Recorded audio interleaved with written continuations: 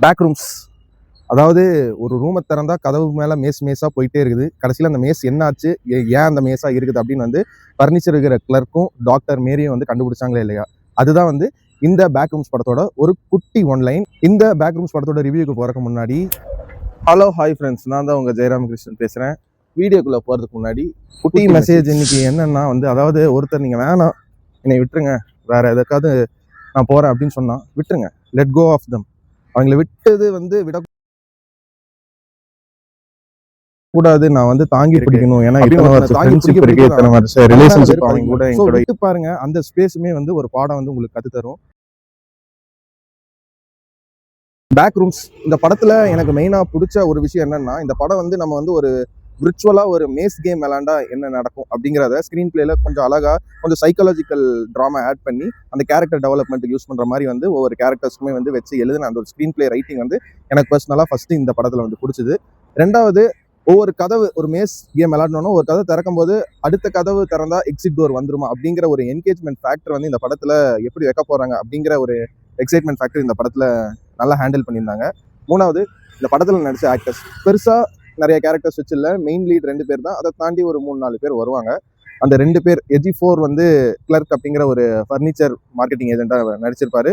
And ரெவனிட் அவங்க வந்து பார்த்தீங்கன்னா டாக்டர் மேரி கிளேன். இந்த 2 ரோல் தான் முக்கியமான ரோலே படத்தில். முடிஞ்ச அளவுக்கு இந்த படத்தில் என்ன டைரக்டர் வந்து அந்த 2 கேரக்டர் மூலியமாக காட்டணும்னு நினைச்சாரோ அது ஆடியன்ஸ்க்கும் கன்வே ஆயிருது. பட் பிரச்சனை என்னன்னா, படத்தோட நெகட்டிவ் தான். நெகட்டிவ் என்னன்னா, இந்த கதை இதாக தானே இருக்கும் அப்படின்னு நினச்சி நீங்கள் ஒரு அசம்ஷனில் வந்து பார்த்துட்டு இருக்கீங்க. பட் முடியும் போது அந்த மாதிரி முடியாது. ஸோ அதனால் ஒரு சாட்டிஸ்ஃபேக்ஷனாக வந்து படம் பார்த்துட்டு வரும்போது ஒரு ஃபுல்ஃபில்மெண்ட் இருக்காது, உங்களை யோசிக்க வச்சுட்டே இருக்கும். அது வந்து ஒரு நெகட்டிவாக இருக்கும். அண்டு இந்த படம் பார்த்தீங்கன்னா ஒரு சைக்காலஜிக்கல் ஹாரர் அப்படிங்கிற ஒரு ஜான்ரால தான் எடுத்திருக்காங்க. எனக்கு பர்சனலாக இப்போ ரீசெண்டாக வந்த ஹாரர் படங்களில் வந்து ஹாரரை அவ்வளோ எக்ஸ்ப்ளோர் பண்ண மாதிரி தெரியல. அந்த கேரக்டருக்குள்ளே இருக்கிற அந்த ஒரு ஹாரரை தான் ஹாரராக நினச்சி எடுக்கிறாங்க. அதை வந்து தவிர்த்து இனி வர ஹாரர் படம் வந்து எடுக்கலான்னு என்னோட பாயிண்ட் ஆஃப் வியூ ஒன்று இருக்குது. பட் இந்த படத்தில் இது நார்மலாக ஒரு சைக்காலஜிக்கல் ட்ராமா அப்படின்னு அந்த ஜான்ரால யூனிக் செல்லிங் பாயிண்ட்டாக வச்சு செல் பண்ணியிருக்கலான்னு எனக்கு ஒரு பர்சனல் ஒப்பீனியன் இருக்குது இந்த படத்தை பற்றி.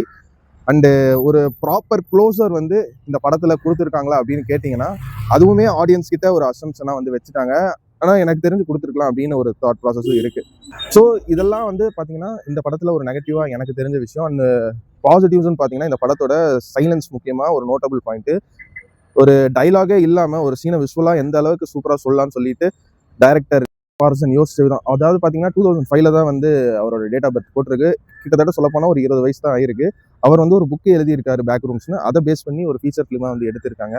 ஸோ அந்த ஒரு ஐடியாவாக பார்க்கும்போது, ஒரு மேஸ் பசில் சால்விங் படமாக பார்க்கும்போது நீட்டாக ஒவ்வொரு மேஸையுமே வந்து அடுத்தடுத்து என்ன நடக்கும் அப்படின்னு கொண்டு போயிருந்தாரு. அதுவும் 20 வயசுலாம் சாதாரண விஷயம் இல்லை இந்த மாதிரி ஒரு படம் எடுக்கிறது. அந்த ஒரு கான்செப்டுக்காகவே வந்து நீங்கள் போய் தாராளமாக இந்த படத்தை பார்க்கலாம்னு சொல்லுவேன். அண்ட் இன்னொன்று, இந்த படத்தில் ஹேண்டில் பண்ண சவுண்ட் ட்ரீட்மெண்ட், மியூசிக் பெருசாக இருந்த மாதிரி தெரியல. பட் ஆனால் சில அந்த ஆர்ஆர் எஃபெக்ட்னு சொல்லுவாங்க, அந்த ஆர்ஆர் ஒர்க்ஸ் வந்து படத்தில் நீட்டாக இருந்த மாதிரி இருந்துச்சு.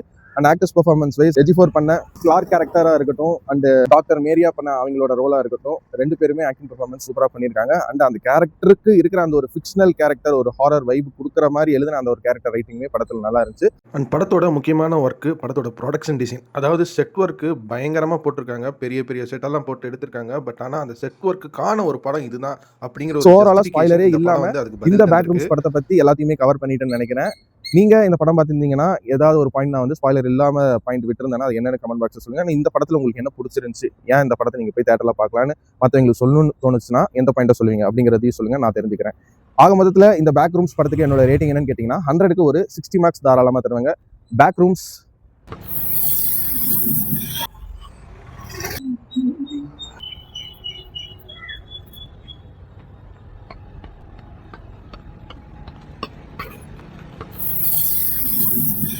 Backrooms, it backups your brain but not in a very good purposeful manner.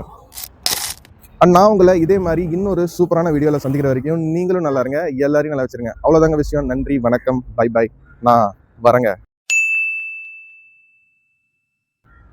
அவ்வளோதான்.